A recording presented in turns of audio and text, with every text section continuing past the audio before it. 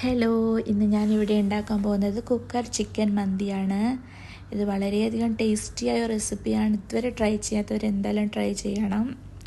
അതിനായിട്ട് കഴുകി വെച്ച ചിക്കൻ ഞാനൊരു കുക്കറിലോട്ട് ആഡ് ചെയ്ത് കൊടുത്തിട്ടുണ്ട്. അതിനുശേഷം ഞാൻ ചേർക്കുന്നത് സ്പൈസസ് ആണ്. ചെറിയ ജീരകം, കുരുമുളക്, പട്ട, 2 കഷ്ണം പട്ട, ഗ്രാമ്പു, ഏലക്കായ, ബേ ലീഫ് ഇതൊക്കെ ചേർത്ത് കൊടുത്തു.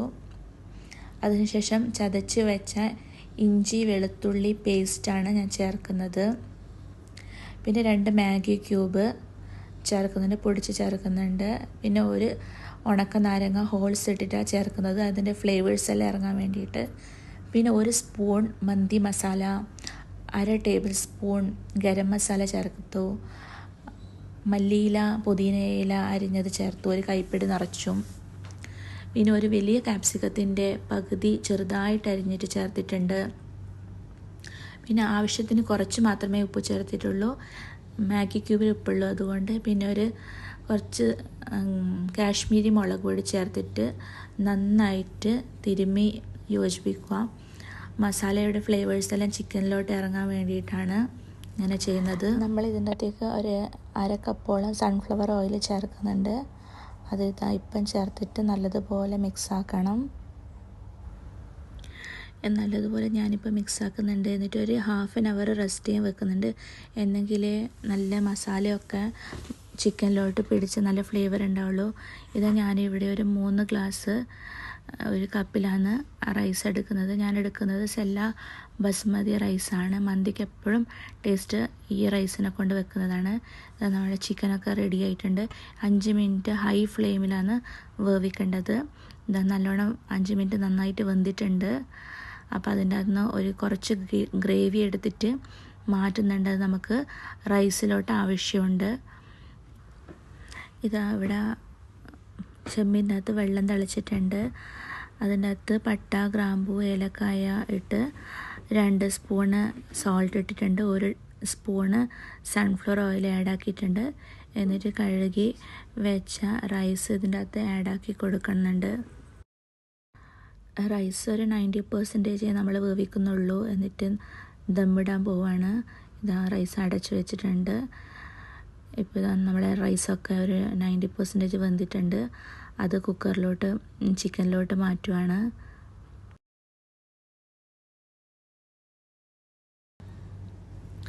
റൈസ് ഒരു ലെയർ റൈസ് ഇട്ടതിന് ശേഷം നമ്മൾ കോരി വെച്ച മസാല ഗ്രേവി ഇതിൻ്റെ അകത്ത് ചേർക്കുക. എന്നാലേ നല്ല ഫ്ലേവർ നമുക്ക് റൈസിന് കിട്ടുള്ളൂ. അതിന് വേണ്ടിയിട്ടാണ് ഇങ്ങനെ ചെയ്യുന്നത്. അതിന് മുന്നേ ആദ്യം അടുത്ത ലെയർ റൈസ് ഇടുക. ഇതേപോലെ തന്നെ മസാല ഗ്രേവി ആഡാക്കി കൊടുക്കുന്നുണ്ട്. ഇതേ സ്റ്റെപ്പിന് 2 വട്ടം നമ്മൾ ചെയ്യുന്നുണ്ട്. അതിനുശേഷം ആദ്യമേ ഒന്നും കൂടി ബാക്കിയുള്ള റൈസൊക്കെ ഇടുന്നുണ്ട്. ഈ റൈസെല്ലാം നല്ലതുപോലെ സെറ്റാക്കി വെക്കുക. എന്നിട്ട് നമുക്കിപ്പം ചാർക്കോൾ വെച്ചിട്ട് ദമ്മിടാനുണ്ട്.